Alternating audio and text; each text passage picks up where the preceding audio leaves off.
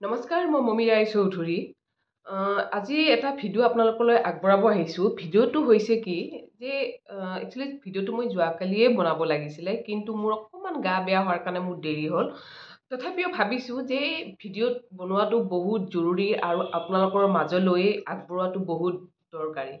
কথাটো এনেকুৱা হৈছে যে যোৱাকালি আমি শুনিবলৈ পালোঁ সংবাদ মাধ্যমৰ জৰিয়তে দেখিবলৈ পালোঁ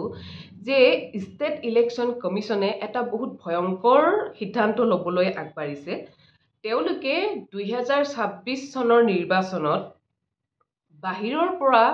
মানে অহা দুদিন ধৰি লওক নিৰ্বাচনৰ দুদিন আগলৈকে আহিব পৰা তেওঁলোকেও ভোটাধিকাৰ সাব্যস্ত কৰিব পাৰিব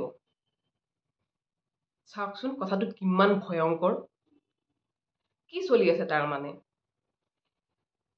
যিটো সময়ত এইখন চৰকাৰে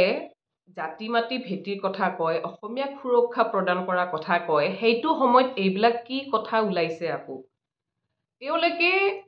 নিৰ্বাচন জিকিবৰ কাৰণে এতিয়া বাহিৰৰ পৰা মানুহ আনিব তেওঁলোকে দুদিন মানে পূৰ্বে আহি হলেও তেওঁলোকে ভোটাধিকাৰ সাব্যস্ত কৰিব পাৰিব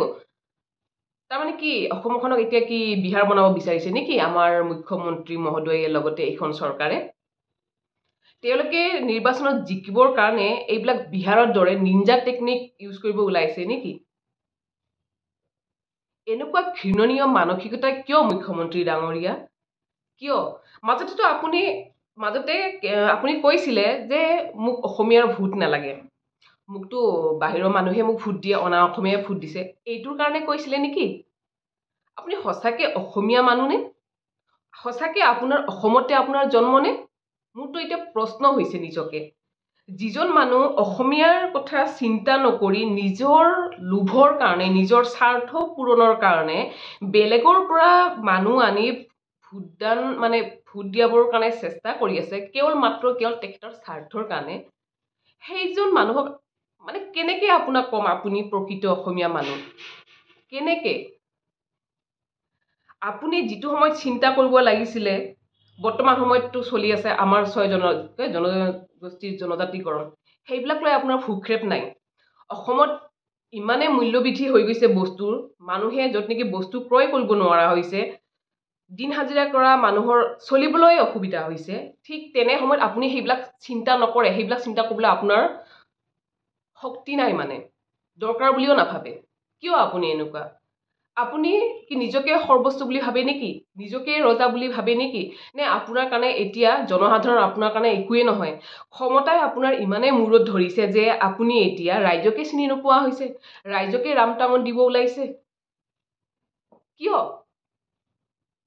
যিটো সময়ত নিবনুৱা সমস্যা বৃদ্ধি হৈছে আমাৰ নিচিনা সাধাৰণ লোক ঔষধ ক্ৰয় কিনিবৰ আমাৰ চিন্তা হৈছে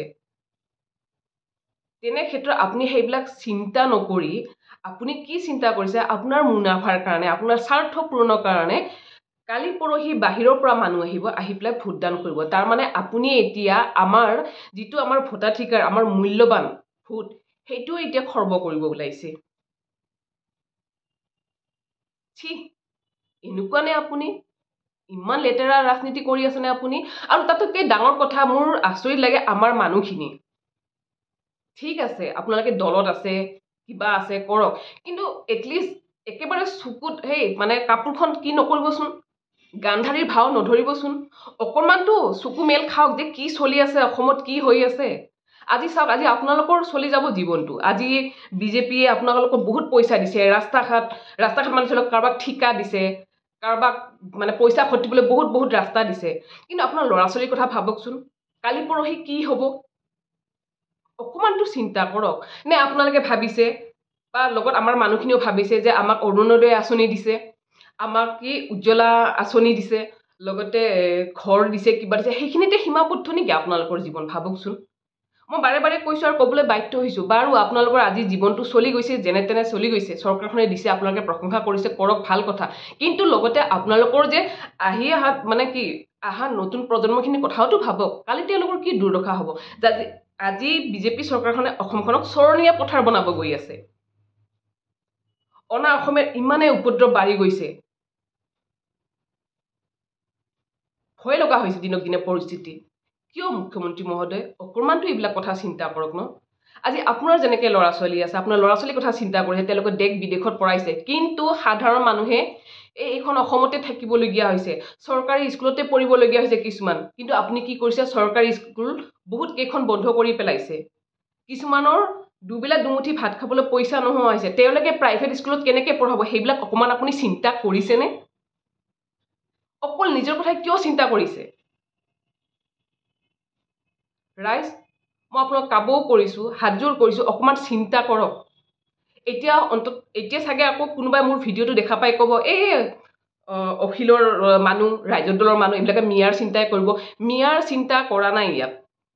ইয়াত আমি অসমত যিমানখিনি ৰাইজ আছোঁ সেই ৰাইজৰ কথা চিন্তা কৰিছোঁ আৰু আপোনালোকে যদি এতিয়াও যদি কয় মিয়া আমিও বাংলাদেশী আমি ছাপোৰ্ট নকৰোঁ এতিয়াও স্পষ্টকৈ কওঁ আমিও বাংলাদেশী মানুহক ছাপোৰ্ট নকৰোঁ যোন বাংলাদেশী সি বাংলাদেশীয়ে হয় আৰু যদি ইমানেই আপোনালোকে গম পাইছে ইয়াত বাংলাদেশী মানুহ আছে তেতিয়াহ'লে তেওঁলোকক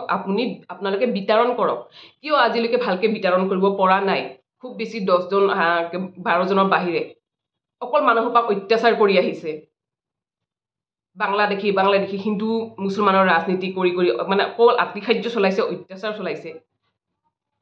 অকণমানতো ভাবক সকলোৱে যে কি চলি আছে অনাগত দিনত পৰিস্থিতি কিমান বিষম হৈ গৈছে অকণমানতো চিন্তা কৰক মোদী ডাঙৰীয়াৰ আৰু হিমন্ত বিশ্ব শৰ্মা ডাঙৰীয়াৰ এয়াই নেকি অসমীয়াক সুৰক্ষা দিয়া সাংবিধানিক কবচ এয়াই নেকি আমাৰ মূৰৰ ওপৰত মানে বহিৰাগত মানুহ আনি বহুৱাই আছে থপি আছে এয়া নেকি আপোনালোকৰ জাতি মাতৃক ভেটিক ভাল পোৱা চৰকাৰ বুলি কোৱা এয়াই নেকি